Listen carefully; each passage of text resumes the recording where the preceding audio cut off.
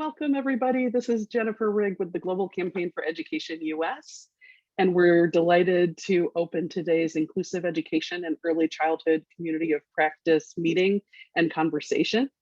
Please join us in welcoming our fantastic speakers and facilitators and discussion leaders today.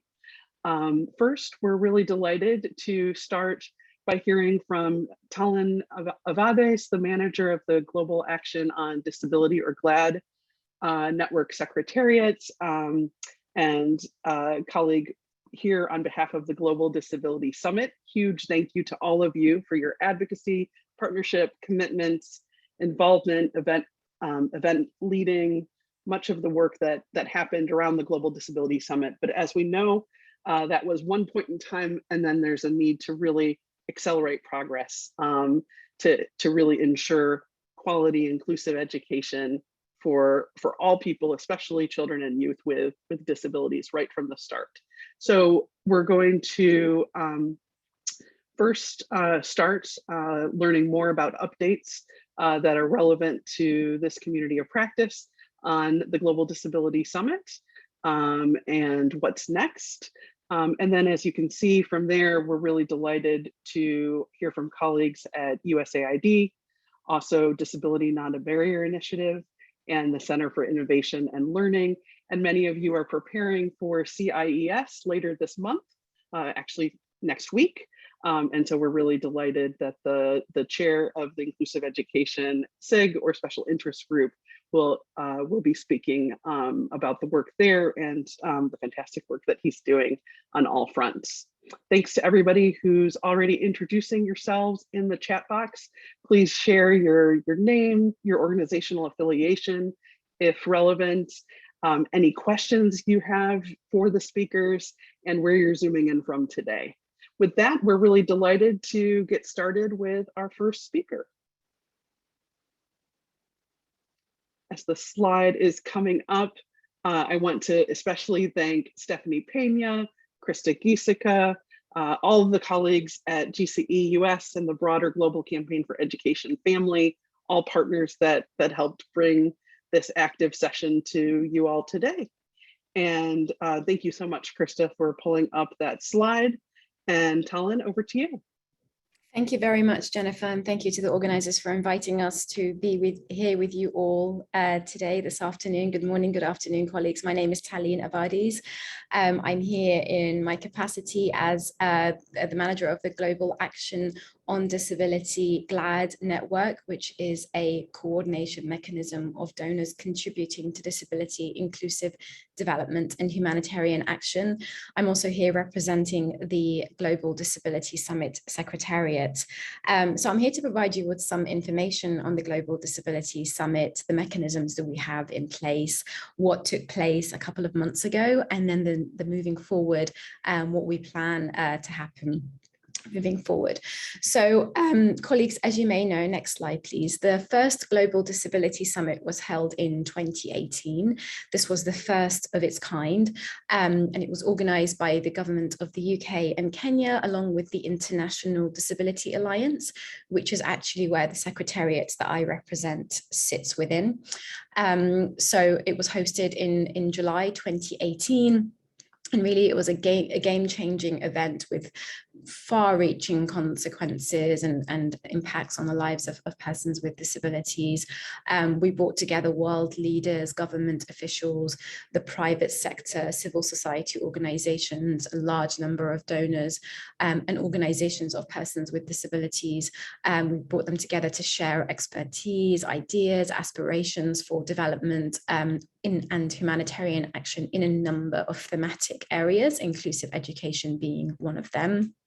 So Global Disability Summit 2022 was held to accelerate the much needed progress that we saw on the fulfillment of the rights of persons with disabilities, particularly in the post-COVID-19 pandemic. And so we held a number of pre-summit workshops, one of them being on inclusive education.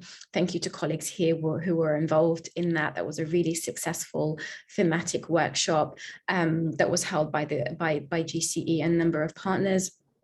And during that conference and that thematic workshop, we recognized the numerous barriers that learners with disabilities continued to face, particularly in post pandemic crisis.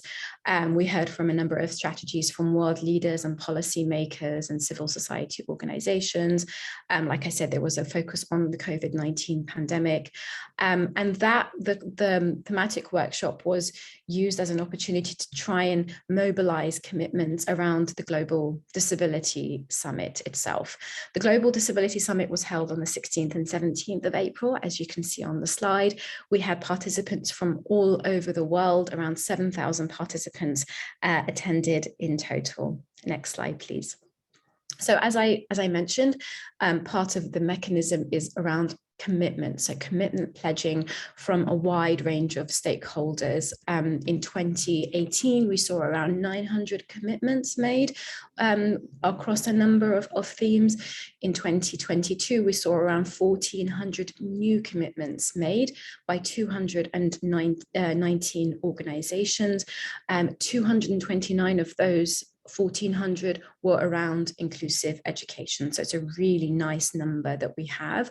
80 from national governments, 64 by civil society organizations, 23 by multilaterals, and 28 by organizations of persons with disabilities. So these commitments are there to really bring about genuine change for organizations of persons with disabilities. We encourage kind of multi-stakeholder approaches in the delivery of the commitments, and I'm happy to talk about those next.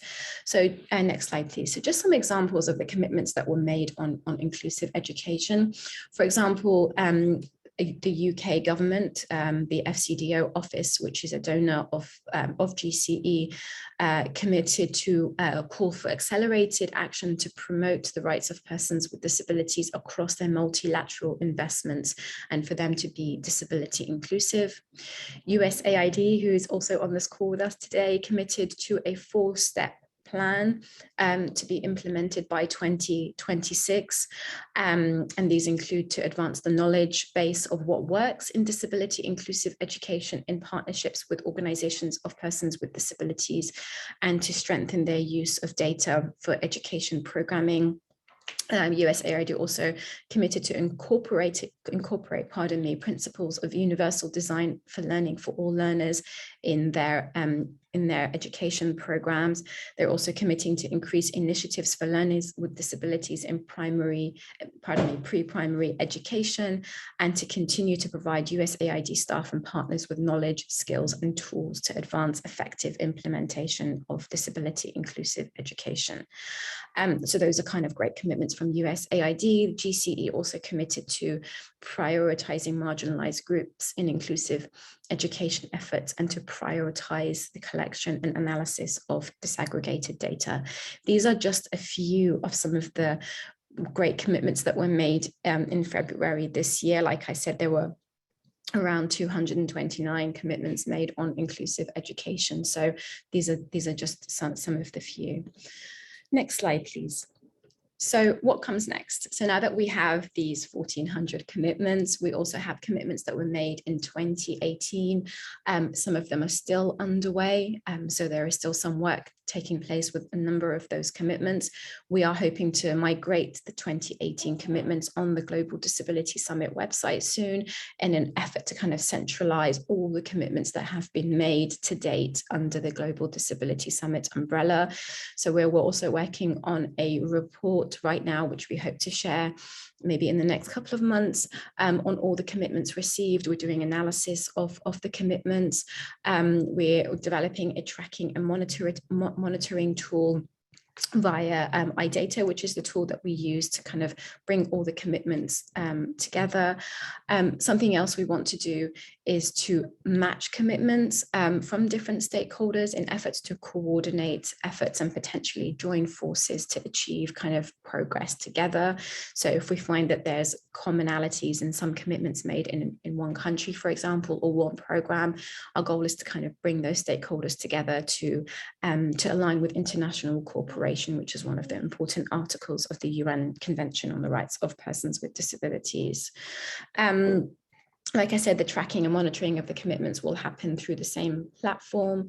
So you will see eventually there will be a new tool on there where you can track and monitor commitments as and when commitments are completed or if they're becoming underway. And then in an effort to kind of mobilize commitments at the regional level, we will organize, we're calling them regional festivals to embed the Global Disability Summit mechanism itself within at the national level, and we want to use the Global Action on Disability Network, which is the donor mechanism that I mentioned before, to help mobilize some of those commitments.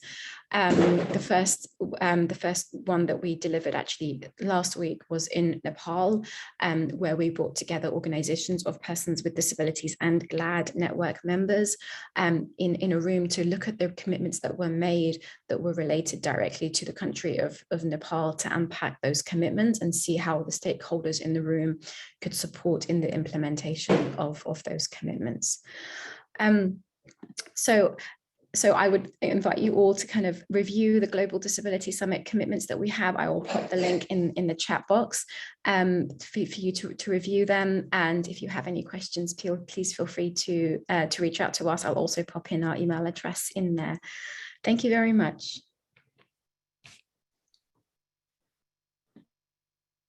That was wonderful. Thank you. And welcome to Greta, and thanks to you and your colleagues, everybody at the GDS Secretariat that made so much happen. Clearly there's a lot underway and much to come. One thing that we have questions coming in around is what do you see as the trajectory from here?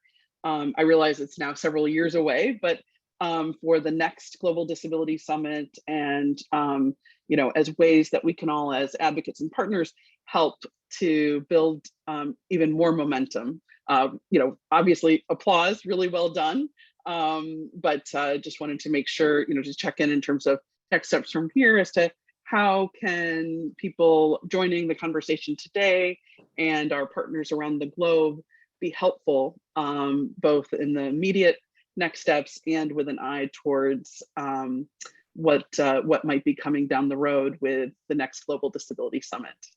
Sure, thank you, Jennifer. So actually, I would invite all colleagues to look at the commitments that were made and to see which ones are maybe relevant to partners that you're already working with. You may not be aware of all the commitments that were made that maybe affect your organization and the groups that you work with. So I would invite you to review them, and when you're meeting with colleagues from those organizations, to remind them of the commitments that have been made. Usually we find that commitments are made and then they kind of sit on the shelf. It's not always the case, but there is that element there as well. So we want to keep the momentum going, which is why we're kind of keeping the revitalization through presenting to groups like yourselves, and we continue to do lots of communications around it. We want to continue the momentum going up until the next Global Disability Summit, which has already been announced for 2025. That's only 3 years away. 3 years is going to fly. So I would invite you all to, like I said, continue the momentum. If you have organizations working on the ground and maybe involved in those projects, then feel free to link them up with us, and we'd be happy to kind of coordinate with others that are also delivering the same kinds of projects, like I said, in effort to mobilize commitments together and organizations, and then be ready for 2025,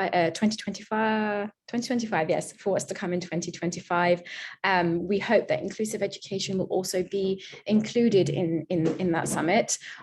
We hope that the areas will be fixed, but we understand that it's kind of an ongoing thematic area that we will be working in some time. So if we do include inclusive education as a sub-theme in 2025, then it would be great if colleagues here can work to mobilize some of those commitments along with the pledging organizations.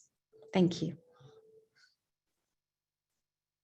Thank you so much. Absolutely. We know that it will be so critical for inclusive education as well as inclusive early childhood development across the board to be included. So thank you for that.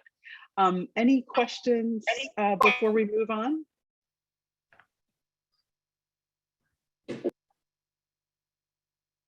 And if additional ideas, questions come up, please continue to share those in the chat box. And thank you so very much to everybody who made the Global Disability Summit 2022 a success, with much more to come. And one of those commitments that was just highlighted was across US government. And we're really excited to learn more about that, as well as the fantastic work that's happening at USAID on the Education Disability Measurement Toolkit.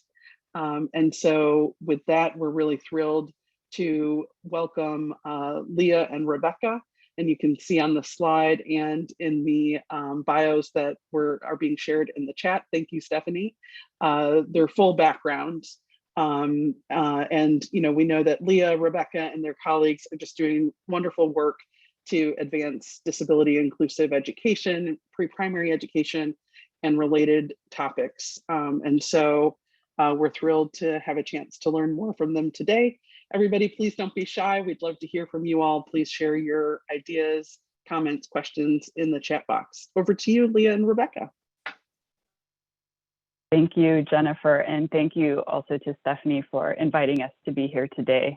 We're really happy to be here to talk about USAID's disability measurement approach in our education program. So my name is Leah Maxson. I am a Senior Inclusive Education Advisor in USAID's Center for Education. My colleague Rebecca Pagel and I are happy to be here. And Rebecca, would you like to introduce yourself? Sure, thank you. I'm Rebecca Pagel. I'm a Senior Monitoring, Evaluation, and Learning Advisor in the Center for Education. So I support Leah and others on strengthening the measurement work around disability education. Thanks so much for having us. Leah, back to you. Great, thank you. So disability data and evidence is just one of the 4 commitments that USAID made at the Global Disability Summit, and that is the one that we actually want to talk with you today about. We know that you've seen our open invitation to provide feedback on this new disability measurement toolkit that we issued during the summit. And so we really want to kind of focus on that toolkit and also really hear from you today. And so 2 questions that I've just posted in the chat box. We would love to hear from you, anything that you would like to share with regards to what USAID Center for Education should start, stop, or continue doing with our approach to disability measurement, and also what types of assessments you are finding most effective to collect data on children with disabilities at the pre-primary and primary levels. So feel free to post your responses to these questions in the chat box anytime, and we'll also try to hold space at the end of our presentation here for any responses that you would like to share. Krista, next slide, please. So collecting and using disability disaggregated data is vital to achieving USAID's education policy priority to increase access to quality education for all children and youth from pre-primary through higher education. Next slide, please. And disability disaggregated data is not only valuable for our programs to understand access, so for example, how many learners with disabilities are benefiting from USAID supported programs, but it is also essential for understanding the extent to which learners' education outcomes are improving over time. So the quality measurements. Next slide, please. So I'd like to share with you just a little bit about how USAID's disability measurement work in the education sector has grown over time. This is something that we've been working on for the last few years. In early 2018, we issued our first guidance on collecting disability data in education programs, and that guidance really set the tone that this was a priority for USAID. Later that year, USAID's education policy was issued, and the policy prioritizes quality inclusive education for all learners and places an emphasis on reaching learners with disabilities. The policy also prioritizes data and evidence to inform our approaches. In 2019, our USAID education indicator framework was updated to include disability disaggregates. And I'm happy to say that today, all of USAID's people-level indicators in the education sector include disability disaggregates. In 2020, we updated our guidance on collecting disability prevalence data across the education continuum and released a series of related resources and tools that Rebecca will talk about. And most recently in 2022, USAID participated in the Global Disability Summit, where we committed to strengthening disability data and evidence in our education programs, among other education-related commitments. Next slide, please. So as part of this commitment on data and evidence, the Center for Education launched a new USAID Education Disability Measurement Toolkit, and I'll put a link to that in the chat box. It consolidates existing USAID education guidance on collecting disability prevalence data and education programs, and includes links to tools, resources, and a help desk where partners can receive support. And we're hoping that this new toolkit will further strengthen our disability reporting by our own staff and also our partners through programs. And Krista, you can go to the next slide, and actually go to the next one, and then the next one. Perfect, thank you. I'm happy to say that the number of USAID country missions around the world that are reporting disability disaggregated data in their education programs has increased over time.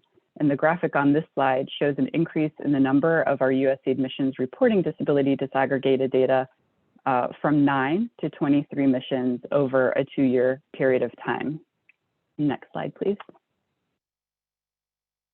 Thank you. But we know that collecting disability disaggregated data in our programs is not enough. Inclusive education programs must be supported by early screening and identification systems to ensure that all children and youth can reach their full potential, and administrative data systems that generate data on learners with disabilities to inform budget and program decisions.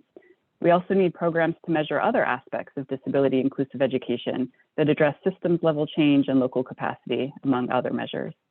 However, administrative data systems globally do not yet consistently collect disability data, and we are far from such universal access to screening and identification. While we work towards such a world, USAID will continue to work with partners to strengthen USAID's ability to determine disability prevalence and disaggregate education outcomes in order to produce the necessary data to strengthen the systems in which we work. And now I will turn it over to Rebecca, who will talk with you about our USAID education disability measurement requirements. Thank you. Thanks so much, Leah, and we can go to the next slide. So now, as I said, I'll talk about what our measurement requirements are. So we can go to the next slide. Okay, so as Leah mentioned, all of our, we hope that everyone's using our standard foreign assistance indicators and our supplemental indicators to track in education investments that serve people with disabilities whenever possible. And a way we promote this, of course, is by requiring, whenever possible, disaggregations by disability status of all our individual level indicators. There are some nuances here, though. For activities that are targeting individuals under the age of 18, we require reporting on disability disaggregates only if activities have a specific focus or are specifically targeting children with disabilities as beneficiaries. The reason for this is we do not have a full range of tools that are feasible to implement and collect this data for the full range of activities for children and youth under the age of 18 that we as USAID support. However, for activities targeting individuals at ages 18 and older, those activities are required to report the disability disaggregate because we do have tools that are easy to use across the range of activities that serve individuals ages 18 and older. We can go to the next slide. So as we've been talking about a lot, we have added disability disaggregates to all of our people level indicators, and you can see a sampling of those here. But I do want to call your attention to 2 new indicators at the pre-primary level that have the disability disaggregate. Really quickly, we've always at USAID has its standard foreign assistance indicators, with which most people are maybe familiar, but the Center for Education has an additional set of what we call supplemental indicators. So these are indicators that are not required because they're not USAID standard indicators, but they are indicators that capture meaningful work that we're increasingly doing, but perhaps haven't been measuring for a long time. So we need to learn more about how to measure before we move them to standard indicators.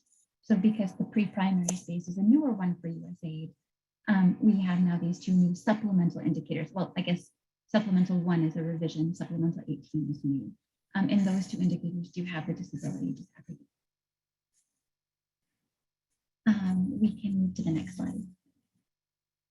And so there is a resource in our toolkit called Measuring and Reporting on the Progress of Disability Inclusive Programming in Education that has a quick guide to which indicators include the disability disaggregate. So it's an easy to see, easy to view resource that will tell you really quickly which indicators include that disability disaggregate. Okay, next one.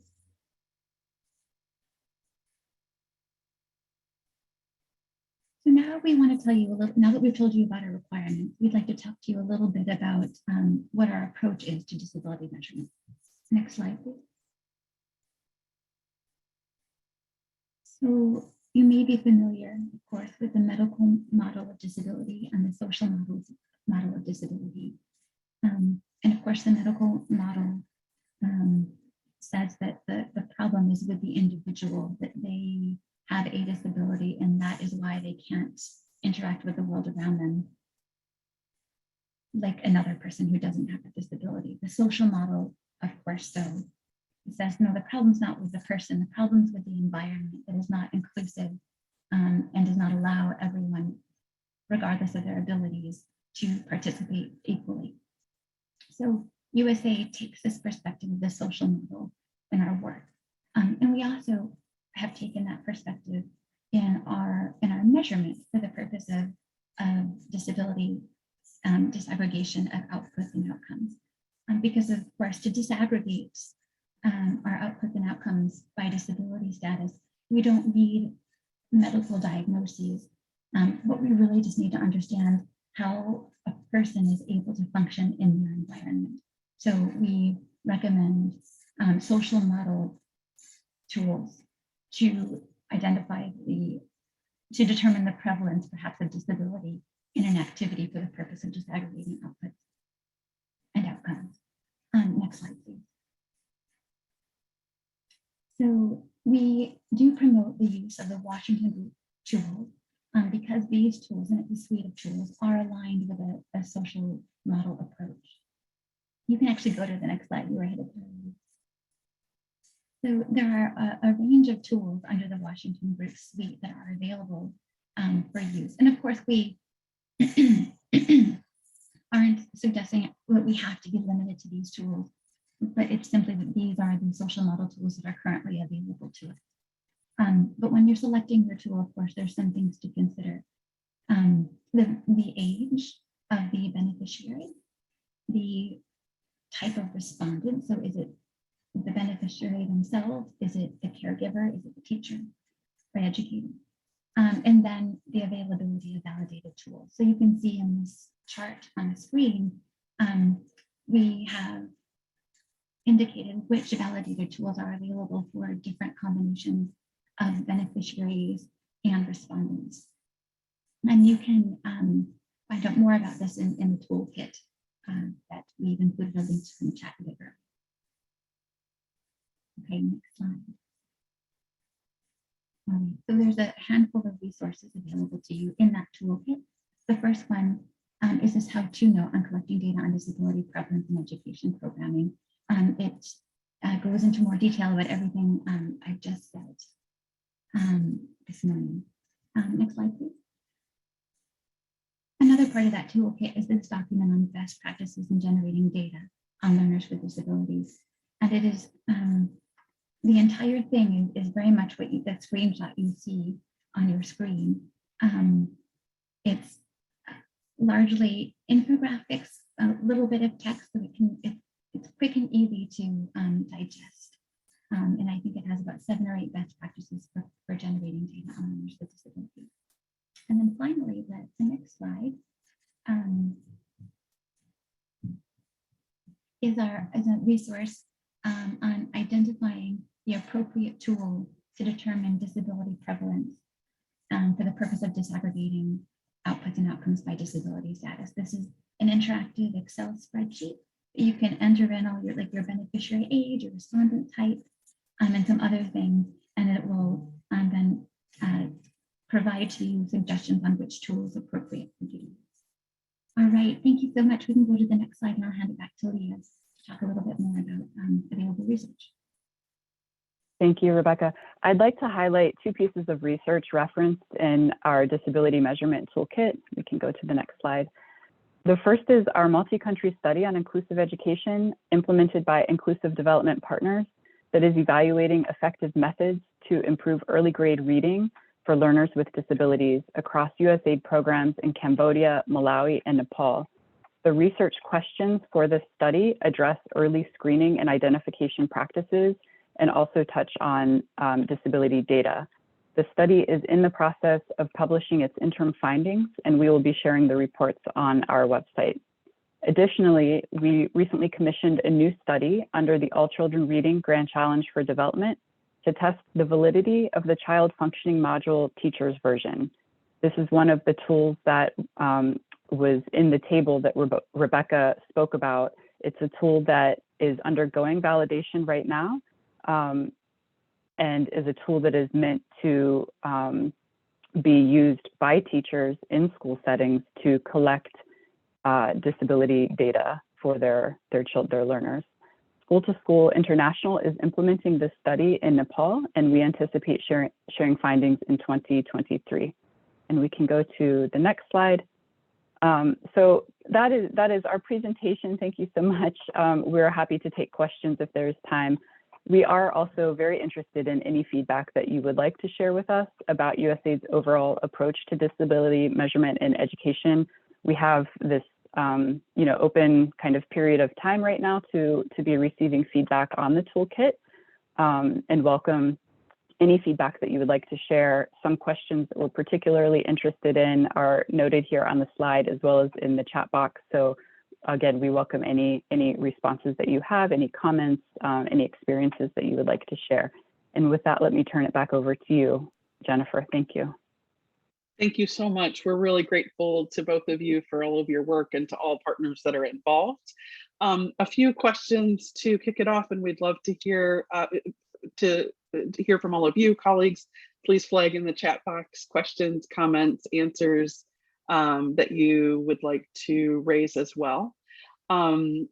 Rebecca and Leah, we appreciate all that you and colleagues across US government are doing to ensure that full data disaggregation applies, including disability, as well as gender, age, and other key areas in all involved education programs. But I think there was reference to, earlier saying, when applicable or when possible. One question we get a lot actually is, what would help move that to not have that caveat so that we really are reaching all children and youth fully and being included fully. I think these tools really help move us in that direction, but just wondering what would help us get up to 100% of really ensuring that measurement and then ideally also full program reach and involvement is reaching all children and youth with disabilities. I think we have, I'll also just raise a couple of questions that have come in. The people have been very excited as well about the UDL, or Universal Design for Learning, commitments made at the Global Disability Summit, and thank you for that. So there are questions about how will USAID guide partners in their understanding of UDL and helping to ensure UDL is incorporated into all programs. And then I realize that this might just be the nature of how multiple commitments were developed across many different bureaus and offices. But there, we receive a lot of questions and excitement, if you will, on the humanitarian side, where one of the commitments made was around prioritizing the inclusion of persons with disabilities fully in the process of being included in humanitarian programming and policy making, especially in recovery, risk reduction, and resilience building efforts. And it looks like that was part of the Bureau for Humanitarian Assistance. So we realized maybe if some of these you want to take back to others, and we can continue the conversation, we entirely understand. But one of the questions that gets raised is around what could that apply across the development humanitarian continuum. That's so important to make sure that persons with disabilities can be fully included. And so could that be part of all of the work, for example, across USAID? And then thanks to everybody in the chat box. Suzanne has raised a couple of points. Improving disability inclusion in low resource learning environments may take years to really take root. Is USAID reflecting this years-long process in its funding mechanisms? And thank you to Paul for the comment, working in rural schools, the major challenge teachers face is overpopulation of classes, where they feel it is almost impossible to implement inclusion. How is USAID working on programs that support inclusion in overpopulated classes? And finally, thank you, Marnie, for asking, is there an assessment tool and/or funding priority placed on professional development on inclusion? Clearly lots of interest. Leah and Rebecca, please let us know how we can be helpful. We realize that those are a couple of components. Hopefully that also helps to get to your great questions as a starting point as well. Thank you. Thank you so much, Jennifer. And thank you to everybody for all of the questions. Jennifer, you'll have to let us know when you want us to wrap up, because we could really talk for hours really about all of these questions, because there are things that we think about too. But just to address a couple of the questions, and then I'm also going to turn it over to Rebecca to address the very first question that came in. So with regards to UDL, we're really excited about that we were able to make this commitment. And I want to be clear too that the commitment to UDL is not just in our disability inclusive education programming. We're really looking at UDL from the approach that this is something that benefits all education programs, all learners, not just learners with disabilities. And so that's the way that we're approaching it.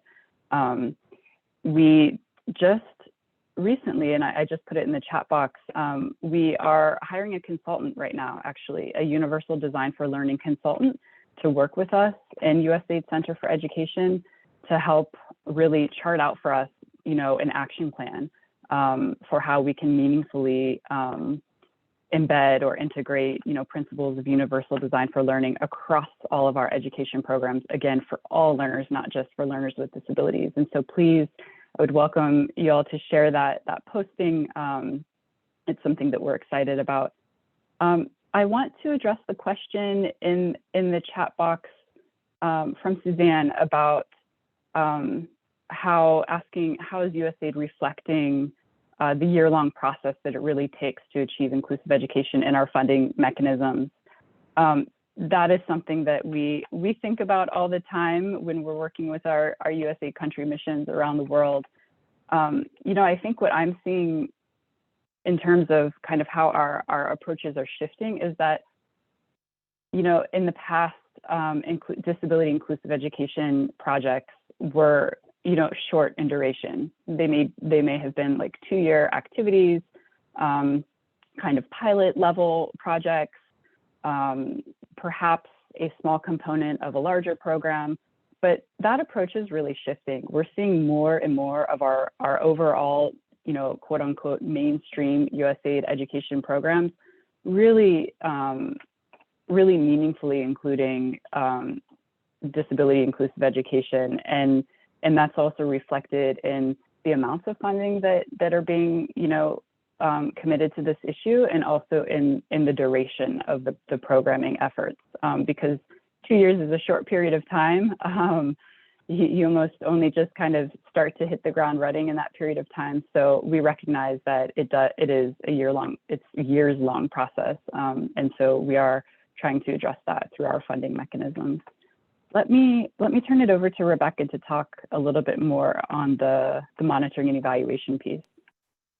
Thanks, Leah. So the question was in regard, I think, to the different requirement for activities that work with children and youth under the age of 18 and youth ages 18 and older. We require the disability disag for any participant 18 and older, and we don't for under the age of 18 unless the activity is specifically targeting children and youth with disabilities. And the question is, what would help us to get to a point where we could require it for all of our activities? And the answer is really we need tools that are tools to help us identify, well, that's not identification, but the disability prevalence in the different contexts where we work. And here's the real challenge.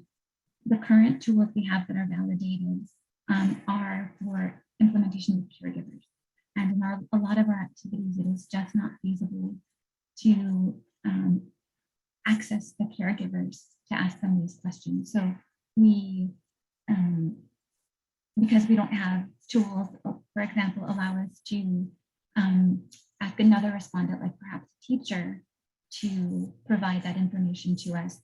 We felt we cannot require everyone to do it without having the available tools. However, I think Leah mentioned this. Leah, did you mention the CFMTV pilot we're doing? So there is a tool, that the child functioning module teacher version, that is a slight revision of the child functioning module from the Washington group that is intended to be implemented with teachers as a respondent about their students.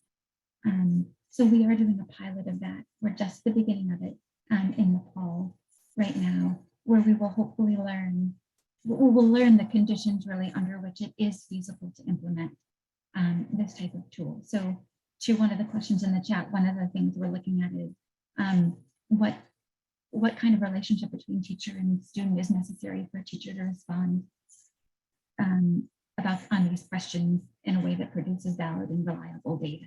And that of course links to teacher characteristics, teacher experience, class size, length of relationship between the learner and the teacher. But the big need and our how-to note, I think, has this call to action, this very call to action really prominently displayed in it is we need people to innovate. We need people to come up with different ways of getting, again, it's not medical screening, but it's disability prevalence data. We need innovative ways to do this that are feasible in all the different types of activities and settings in which we work. Jennifer, I'll hand it back to you. Thank you so much. And thank you, Leah, for answering questions in the chat box as well. You make a great team. So we've gone a couple of minutes over on this segment, knowing how pressing and important it is. So I would ask Rebecca and Leah, maybe we can continue the dialogue in the chat box and respond there, and do flag if how you'd like people to continue to provide input on the toolkit by the deadline coming up later this month. And thank you so very, very much. We're really thrilled to shift to our next speaker as well while we're continuing that discussion in the chat box. Please join me in welcoming Funso Benjamin Olajide, the Executive Director of the Disability Not a Barrier Initiative. Welcome. All right. Good afternoon, everyone, most especially from here in Nigeria. And then good morning to those of you over there. It's good to really be here. My name is Olajide Funso Benjamin, just like you have seen on the screen. I am the Executive Director of Disability Not a Barrier Initiative, a non-governmental organization based here in Nigeria, Ekiti State to be precise. But peradventure, if you don't know how to pronounce Ekiti State, just don't bother, okay? All right, so it's so good to be here. And then thank you for giving me this great opportunity to be here today. Thank you so much. Next slide, please. All right, so quickly, I'm just going to discuss about our interventions in Ekiti State and in Nigeria, most especially when it comes to the aspect of inclusive education for children with disabilities, and then as well as our interventions on the commitments made by the Nigerian government at the Global Disability Summit in 2018. Next slide, please. All right, so this is just talking about what we do at Disability Not a Barrier Initiative. We promote inclusion, equity, and justice for persons with disabilities through awareness creation, training, research, and documentation, policy formulation, empowerment, and advocacies. Next slide, please. All right, so on our interventions on inclusive education, in 2019, as one of the recognized key stakeholders when it comes to inclusive education sector in Ekiti State, we were invited by the Ministry of Education in Ekiti State to participate in the review of the education policy in the state. And then before this time, the education policy in Ekiti State was not inclusive of persons with disabilities. And that was the reason why we were invited to submit our own memorandum on the review, which we did. And then a lot of progress was made as a result of our input into the review of the education policy in Ekiti State. Next slide, please. And then as part of our demands, because what we did was that we decided that it is not good enough for us to, as an organization, to just take that unilateral decision on our own. So we decided to consult the citizens.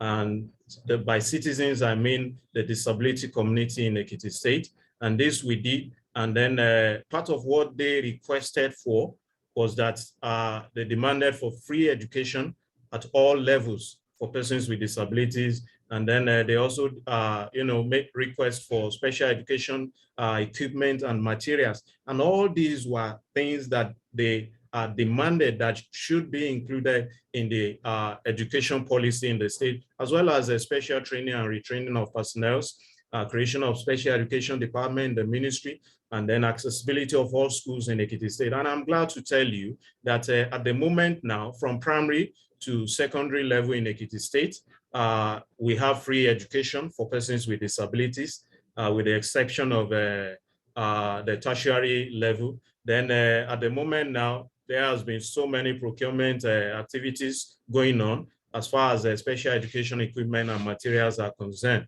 And then at the moment now, due to our input in the education policy in Ekiti State, a department has been created now at the Ministry of Education called the Special Education Department, which is part of the fallout of the input that we made into the education policy. Next slide, please.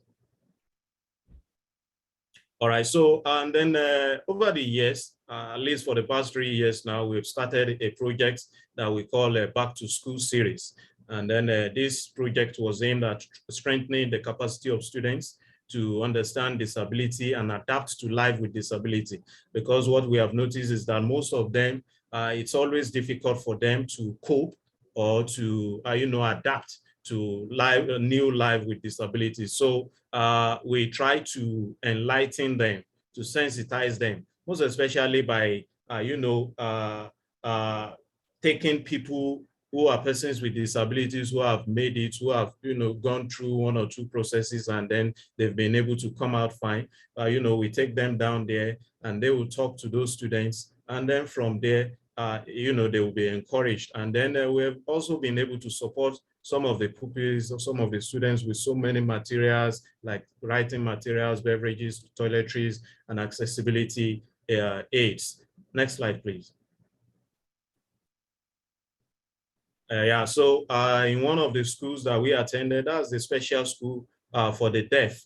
no, special school for the blind at Ikere Ekiti.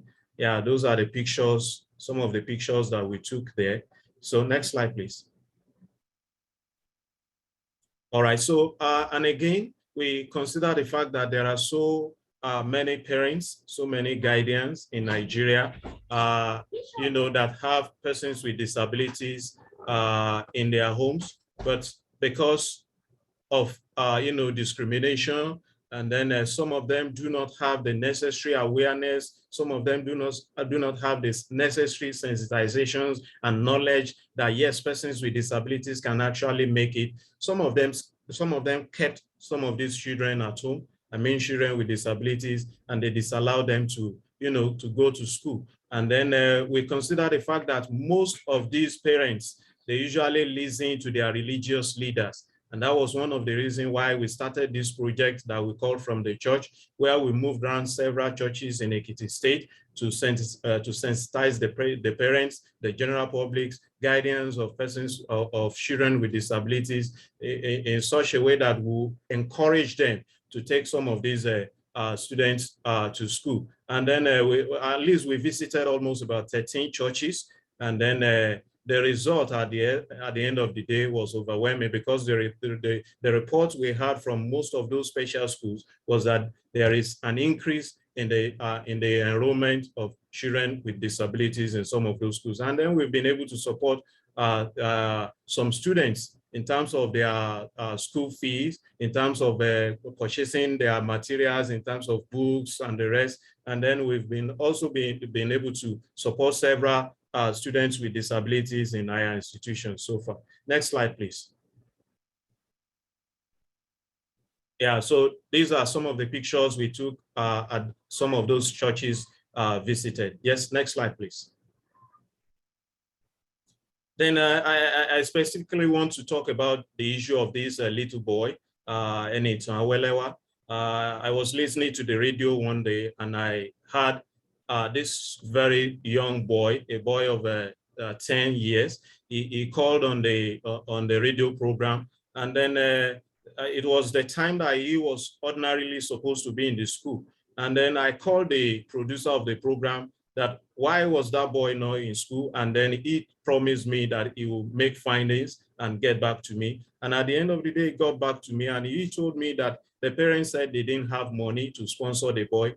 And then that so many schools in Ekiti State rejected him because of his disability. And then we took the case up. The first picture over there was the day they brought the boy to us. And then we met sitting beside him was the mother, and then next to her was the father. And then we discussed with them that we are ready to support them and to ensure that the boy got back to school. And this we did. And in the second picture, you can see the day that our program officer, along with our M&E officer, took the boy to the school for the very first time in his life.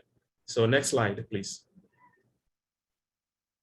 All right, so in the last 3 years, we've been able to have 4 television talk shows and 11 radio talk shows, specifically on inclusive education in Ekiti State and in Nigeria, where we sensitize the general public about the importance of inclusive education. Next slide, please. So, and then we've also been able to, conduct several advocacy visits to ministries, departments, and agencies of governments as far as the issue of inclusive education is concerned. Next slide, please. I have to rush because of the time. Yeah, so I've been asked to also talk about the Count Disability Nigeria Coalition project. This is a project that we got funding from Disability Rights Fund, DRF. It's a coalition of 4 organizations, of which Disability Not a Barrier Initiative is one of them. Disability Rights Advocacy Center was the lead organization on this project. And then the project aimed to promote the use of Washington Group of Questions by the Nigerian government in data collection to enhance the availability of data disaggregated by disability, to aid inclusive planning and implementation in line with the UNCRPD Article 31 on data, and then the Nigeria's GDS commitment for disability disaggregated data. Next slide, please.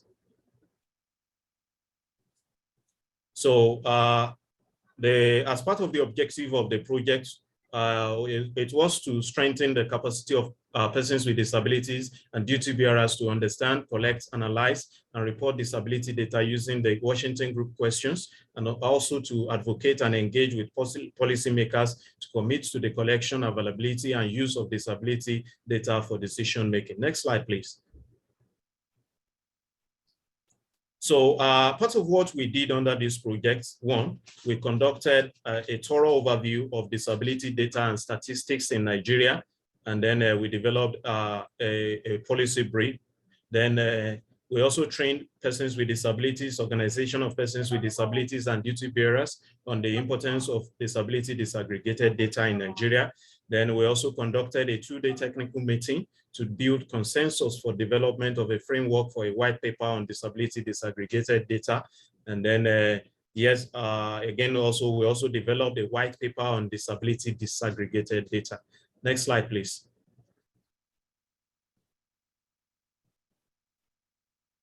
And then again, we also developed a training manual on advocacy for disability inclusive data collection and management. And we believe that this tool will be helpful to train most especially the duty bearers and as well as persons with disabilities when it comes to disability inclusive data collection and management.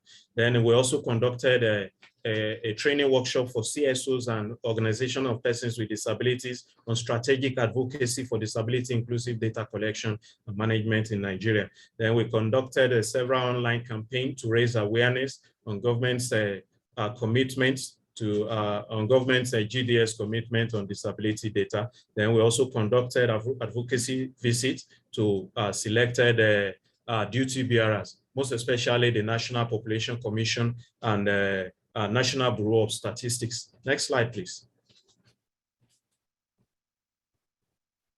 So, and these are some of the pictures that we took during some of those sessions. Next slide, please.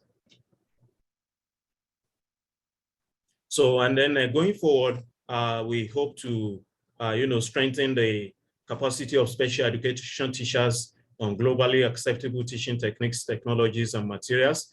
And then we also hope to continue on our advocacies to duty bearers on inclusive education. And then we also hope to improve on our drive on awareness towards increasing the enrollment of children with disabilities in schools.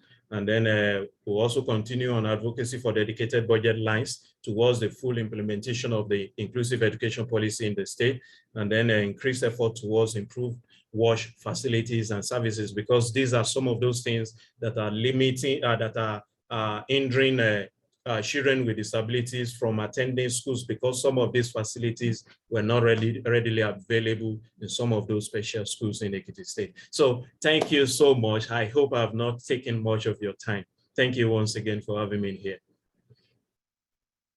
Thank you very much. This is really wonderful to hear about the array of work that you are doing.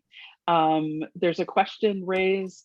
What have you found to be some of the challenges in your efforts for data collection? And secondly, for those, let's see, there's a question about, is there an online resource for learning more about disability inclusive education initiatives currently happening in Nigeria or in your context? So any suggestions, recommendations you might have, both on disability inclusive education initiatives and also specifically on your efforts on data collection. Thank you. All right, thank you so much. Okay, so on our efforts on disability disaggregated data.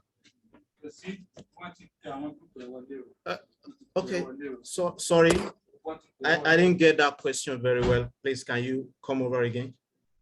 Of course, no problem. And if it's easier, it's in the chat box as well. So we can respond that way if that would be helpful, or follow up after. It was a question about what have you found to be some of the challenges in your efforts for data collection? Okay, so I got that, yes. So I think some of the key problem has been the issue of a bureaucratic process. Some of the duty bearers are always difficult to access. And then again, the issue of funding, because of course we know that funding is not always enough However, we managed with the little one that we got, but we also believe that we can still have opportunities to get more funding. And just like I said, that the issue of the bureaucratic process when it comes to accessing some of these duty bearers, most especially the government sector, is always very, very difficult. But with one or two connections, we've been able to surmount some of those challenges. But on the overall, I think we are good. We are good. So on some of the resources and tools, okay, we will try and upload some of those documents on our website. So I believe that people can easily go into our website and get some of those documents. Thank you so very much. And thank you so much. We'll follow up with links and resources that everybody shares. So if you just send those to us on email, we would be happy to include those. And thank you, Sandrine, and everybody for jumping in and sharing your experience. Thank you. We're really delighted. Thank you for taking the time to share the fantastic work that you're doing, and please continue to keep all of us posted. So now we're thrilled to hear from Sakil Malik, the co-founder of the Global Center for Innovation and Learning and the chair of the Comparative and International Education Society, or CIES, Inclusive Education Special Interest Group. Over to you. Thank you so much, Jennifer, and such a wonderful group of people. Amazing information that we heard, especially from Rebecca, Leah, Funso, and Lena. It's great progress after GDS, Global Disability Summit. I will be focusing a little bit on the structural issues and both policy and implementation in my presentation. So maybe some of this will try to kind of accumulate all the discussion we had last hour and a half. Next slide, please. You can continue. So the idea of ensuring all students are learning injustice and inequality in learning, the reason I named it this way is that we see around the world the reality of inclusive education. And one of the many statistics, everybody knows all the numbers, but I just wanted to highlight one or two that if I remember correctly, 45 countries, maybe now up to 60 countries have some sort of inclusive education or disability policy in their country. So we have about 200 countries in the world, and if it is about 50, then it's 1/4 only that we have some sort of inclusive education or disability policy. So that's just an important issue to think about. And the other number that I would highlight is that only among the children with special need or disability, 90% of them are not in a school. This is UN number from UN and UNESCO. So that's also kind of quite shameful for us that we try to do in the education sector, but we still cannot bring the children to the school, although we have been very successful bringing children to school. Access work for last 25 years. We all work really hard to bring children to school, but children with special need are still not in the school. And on top of this, of course, the pandemic, the calamities, and then things like conflict and post-conflict issues, displacement are unbelievably changing the situation in most of the countries. Next slide, please. This is a number everybody knows. So this is, I don't think we need to show a lot about this. 258 million children we know out of school, but this is, I think, is not the correct number anymore. I think this is over 350 now with everything else happened last 2 years. And 432 million children unable to read and counting. Next slide, please. So I just want to highlight these couple of words. I think with administrator's recent speech, USAID Administrator Samantha Power's speech, and all the new policies, I really think there is a new time and era for decolonization in education, because the USAID's current and the new policies are really highlighting that we need to invest more in the local development. And this is where the decolonization thinking that I like to highlight. I think it's a lot of time, maybe the thinking in decolonization, inclusive education issues coming from the concept of Western pressure on the Southern Hemisphere, maybe, or Eastern side. But then a lot of time, I think this is not correct, because a lot of time I also see that although the post-colonial countries actually having a lot of issues on their own, it's not because of foreign aid only or foreign programs, foreign funded programs that are happening in the country. That's why I wrote about decolonizing our own thinking, because I think maybe colonists already left, but the colonial thinking remained in our own people in many countries where we cannot really fix those issues. And there are solid examples, because even with a policy that is 10 years old in many countries, and I can give examples, but I am not mentioning country names right now.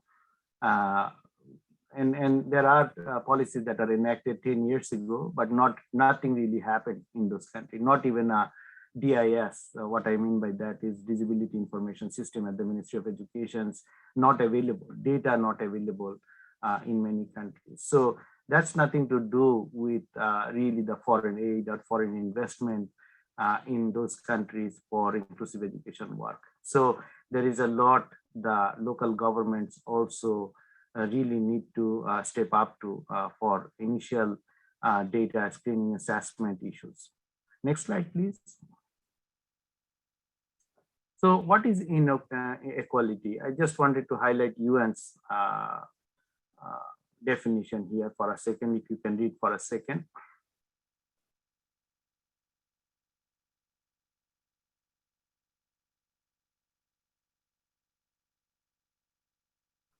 And this is interesting because it also quite connected with the inclusive idea, because of course, disability inclusive education is highlighted in the conversation, but there are so many other exclusions that we in equality that we do not talk about so much. So next slide, please. Certain issues I just wanted to also highlight. What are the injustices? Honesty and ethics, systemic inequalities, racial injustice, families belonging together. Right now, they are now. Yesterday night, we saw the news about how many Ukrainian children, 1 out of 3, is now displaced, and many of them are displaced from their parents. They are not together. Safe schools, civil rights issues, equity in access and quality, hatred and bias, which is increasing by day, and especially throughout the pandemic time. Next slide, please. So what are we supposed to do? And maybe this is where I want to bring the conversation back to how it is related to the rest of the presentations today.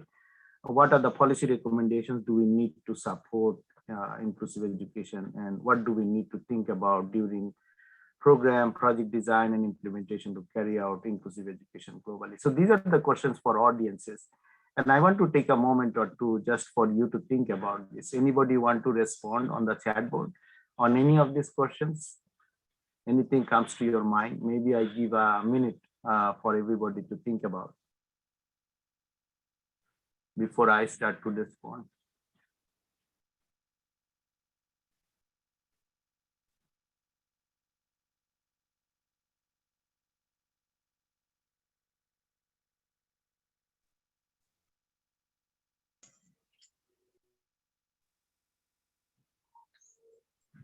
It is total silence. So these are very serious questions. We cannot respond right away like this. And it's interesting because these are issues that we always think about, but it's so difficult. Suzanne is saying policies need to be explicitly include funding guarantees. And funding from who, Suzanne? Is it from foreign aid, or is it from the internal domestic resource mobilization or public financial management, right? So there are many aspects that we also need to explore and think about, because these issues are quite serious issues for the sustainability of any programming, any policy that we enact and implementation we do. So next slide, please. So issues related to policy and recommendations. Here are a couple of things I want to highlight. I think all of you would agree, all means all. And do we still follow that? Do we still follow that in all our work and policies? Because when I saw a couple of the discussion that is happening in the chat board also, a lot of time we keep saying all means all, but then we are isolating the discussion about children with disability. And then we also, there is big debate about mainstreaming and non-mainstreaming the children with a special need in the school system.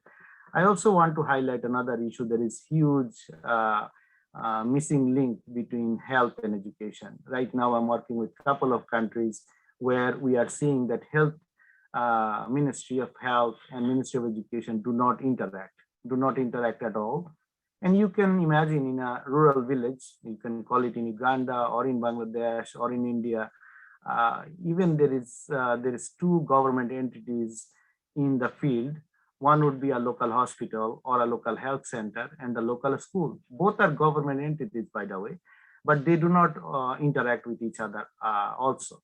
And the teacher in the classroom has no connection with the health service provider in the health center. So many schools are struggling with the assessment issue for children with special need. Where do I assess them? You know, physical assessment or screening, and also the intellectual disability screening. There is no such connection. So there is inequality between health and education and equity issues between those also. We also have better data issues. Data are a really serious issue. Most of the places that I am studying at the moment, I see that there is a lot of political and whimsical decision making, I call it, rather than data-driven decision making. Because you know, it's amazing that we keep talking about data, but data is not available. And a lot of time, the Ministry of Education or other ministries are complaining the reason the data is not available, that they don't have the right kind of processes. It's not always about the resources. I think resources may be available sometimes, but then still the process orientation for collecting data and analyzing the data. And then how does this help the policymakers in their own agendas? Because policymakers do have their own agendas a lot of time. These are connected with the political issues in the country. And then financing the inclusive education, which I talked about earlier. Suzanne mentioned also about the guarantees of financing. How does somebody guarantee any financing? Meaning that foreign aid comes and goes. Project cycle comes to an end, and there may be, because of the strategic changes, that country may not get funding either from bilaterals or multilaterals. But then how do we continue our journey on inclusive education in our own country with resource mobilization and public financial management ideas and better budgeting? Next slide, please.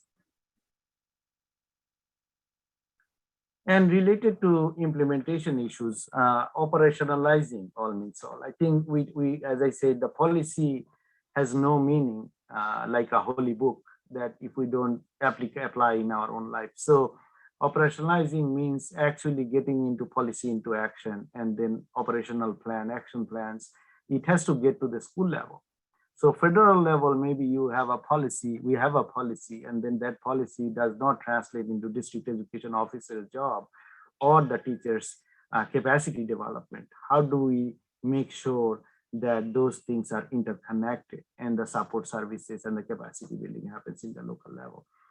Second one, I think everybody talked about direct education support through universal design for learning, which we all now are thinking about and talking about. Of course, now this has been highlighted in the international policies, USAID policy, but now we have to take it to action.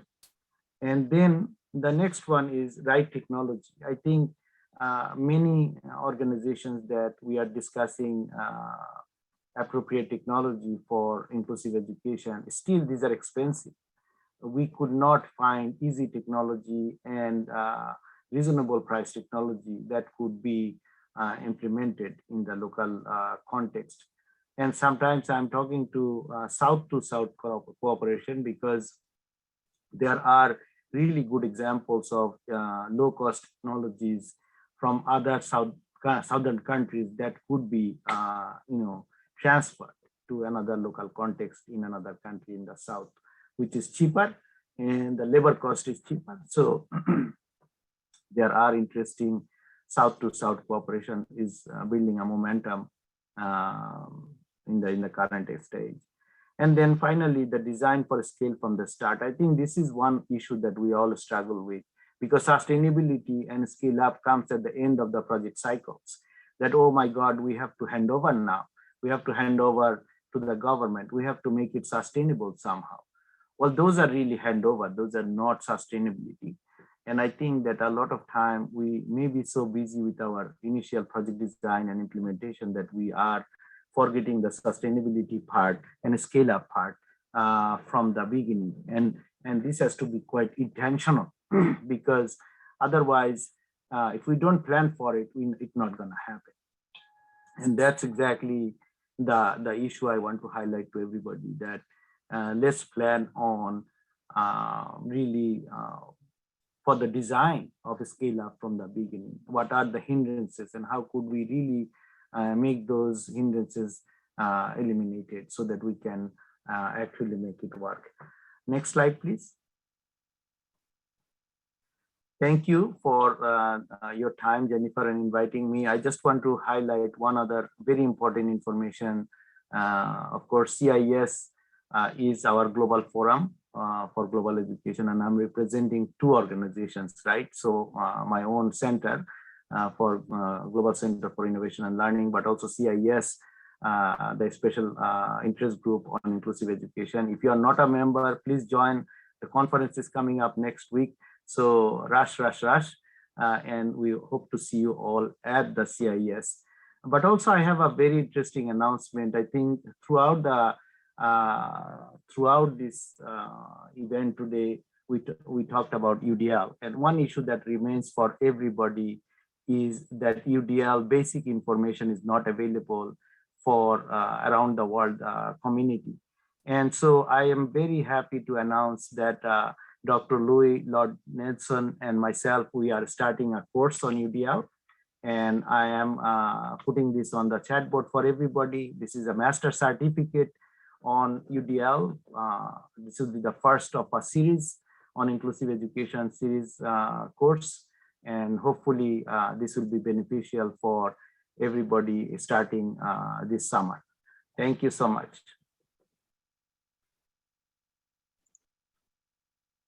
Thank you. And thanks to everybody for answering and continuing to respond to these really important questions.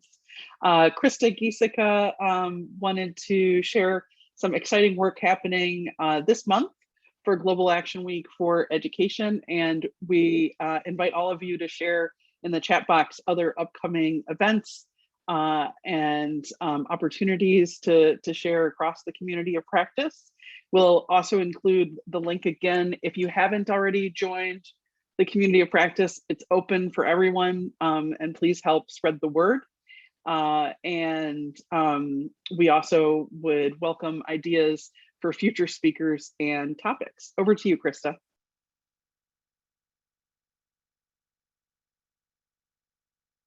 Thank you very much, Jennifer, and thank you very much to everyone who presented. It's been wonderful to hear from you today. We wanted to let you know that our upcoming Global Action Week for Education is the last week of April. And in collaboration with several youth and Brina Anton Lopez, who's on this call, we'll be hosting a coalition meeting on April 26th. That's the Tuesday, with a focus on education and emergencies and youth-led responses. So we'll put the link for you to register there in the chat.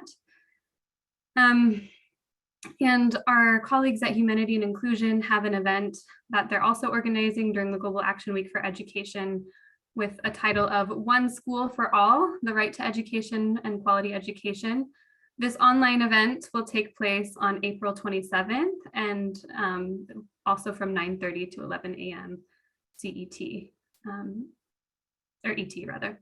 We'll put the registration link in the chat and in the follow-up notes. And we also wanted to let you know that today is the last day to submit feedback for USAID, as USAID is seeking to learn more about early childhood development work to support children with disabilities. World Vision is supporting the inclusive development partners and USAID to get responses to as many countries as possible to a Google document questionnaire. And the idea is to get an overview of the different ECD programs in several countries. Now, again, the responses are due today, April 13th. We'd also like to open the floor for any upcoming events that your organization is hosting or planning, and allow you to share those, as we're glad to learn more and support your efforts promoting inclusive quality education for all children and youth. Would anyone like to come in with updates here?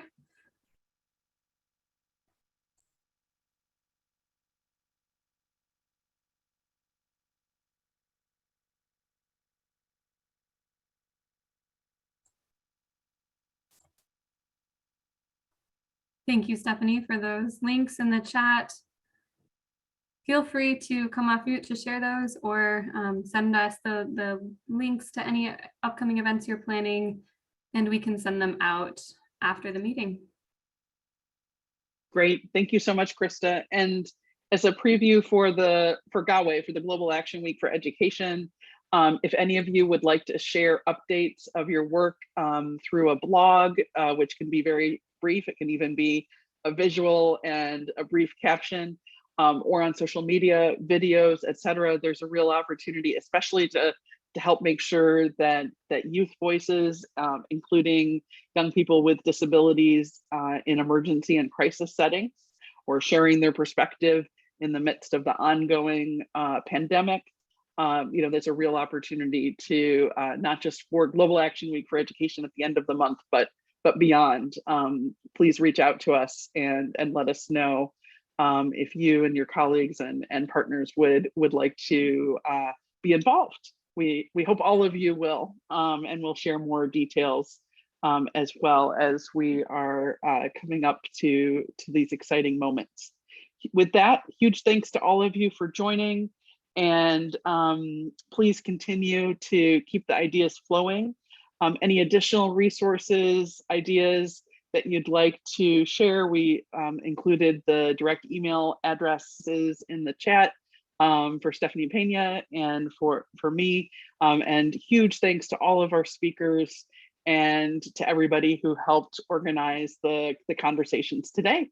We look forward to connecting with all of you very soon as well. And thanks for your collaboration and partnership.